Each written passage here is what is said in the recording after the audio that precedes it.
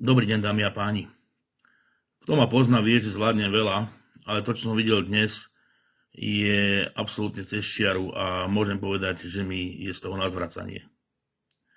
Dnes som bol v Leviciach, stretol som sa s istou pani, ktorá mi predostrela problém, keďže vedela, že som riešil veci ohľadom týrania blízkej zverenej osoby pani Jánošovej a hľadala pomoc, či by som jej nevedel pomôcť, pretože nevie sa dopatrať nejakým spôsobom pomoci u štátnych inštitúcií. Aby som to dal na pravú mieru, o čo ide. Matka má súdom zverené v opatere dieťa, 7-ročnú dceru, pre ktorú si prišiel otec. Napriek tomu, že ju mal vrátiť, jej ju nevrátil dodnes. Navyše, tento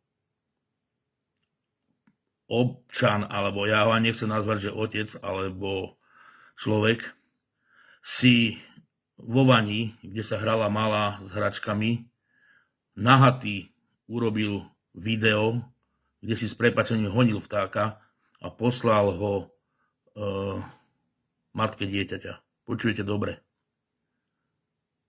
Otec dieťaťa nahatý onanoval vo vani nad hlavou 7-ročného dieťaťa. A keď som sa pýtal pani, že kto videl toto video, tak mi povedala, že videl to tak riaditeľ kurately v Leviciach Fábry, ako aj bývalá kurátorka, ktorá mala túto malú na starosti, Belánska, a terajšia kurátorka Vladimíra Korcová odmietla sa na toto video pozrieť.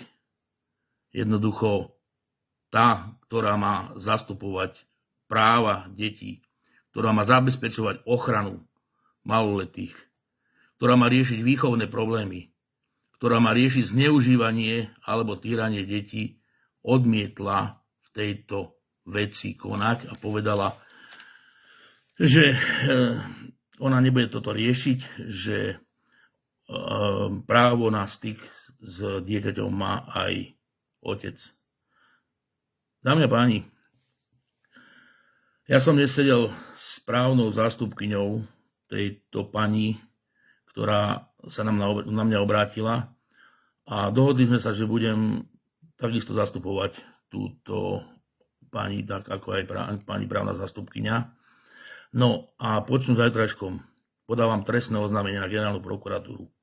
Budem žiadať generálneho prokurátora Žilinku, aby okamžite zakročil v tejto veci, pretože tak vyšetrovateľ policajného zboru, ako aj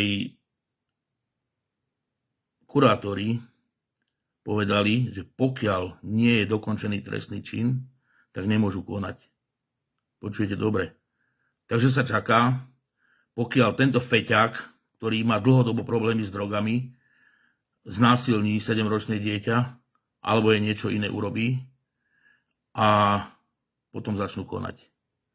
Aká spoločnosť, takí ľudia vo funkciách a takí ľudia aj vo funkciách, ktoré majú chrániť práva detí.